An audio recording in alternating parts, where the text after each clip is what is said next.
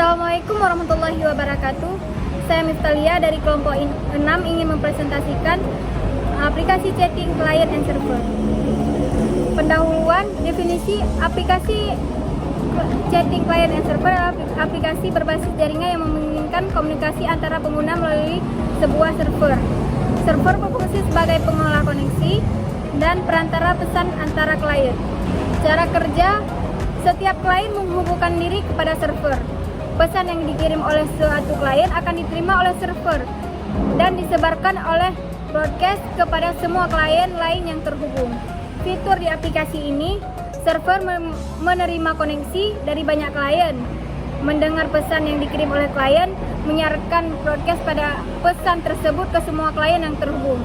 Fitur pada klien mengirim pesan kepada server, menerima pesan dari yang disarankan oleh server dan berjalan secara real time dengan menggunakan multi-threading.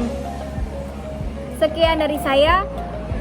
Slide selanjutnya akan dilanjutkan oleh teman saya. Perkenalkan, nama saya Alia Rahma. Saya akan melanjutkan yang sudah dipresentasikan oleh Miftalia. Yang ketiga itu ada teknologi yang digunakan. Yang pertama ada bahasa pemrograman, yaitu Python. Python dipilih karena kesederhanaan sintaktis dan dukungan pustaka yang kuat untuk pengembangan jaringan. Di library Python itu ada socket. Socket digunakan untuk komunikasi antar perangkat menggunakan protokol jaringan TCP atau IP. TCP ini atau IP itu memastikan pengiriman data yang akurat dan terurut. Yang kedua ada threading.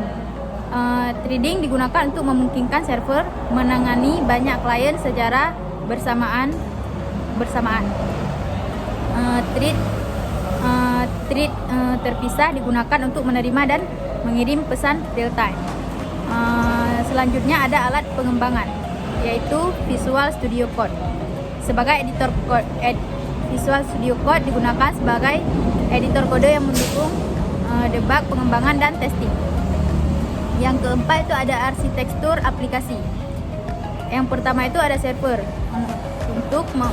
untuk membuka koneksi soket pada IP dan port tertentu. Lalu menunggu koneksi dari klien menggunakan listen dan menerima koneksi dengan accept. Selanjutnya menyimpan semua klien yang terhubung ke dalam list. Lalu menggunakan fungsi broadcast untuk menyebarkan pesan ke seluruh klien yang aktif. Yang kedua itu ada client, yaitu untuk membuka koneksi soket ke alamat IP dan port server. Lalu mengirim pesan ke server. Lalu menggunakan threading untuk mendengarkan pesan yang dikirim ke server secara real time. Lalu yang terakhir menampilkan pesan yang diterima ke server di konsol pengguna. Selanjutnya kode program yang akan dijelaskan oleh teman saya Aulia Nabila. Baik, selanjutnya ada kode program.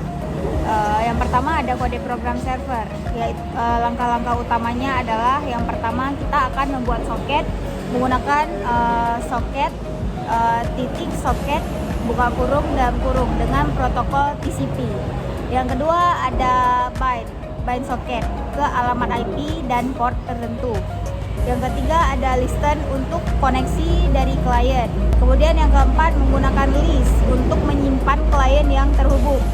Kemudian yang kelima ada fungsi dari broadcast itu sendiri digunakan untuk mengirim pesan ke semua klien yang aktif. Kemudian konsep utamanya yaitu pada aplikasi chatting ini ada socket. Socket ini adalah kunci dari komunikasi antar server dan klien.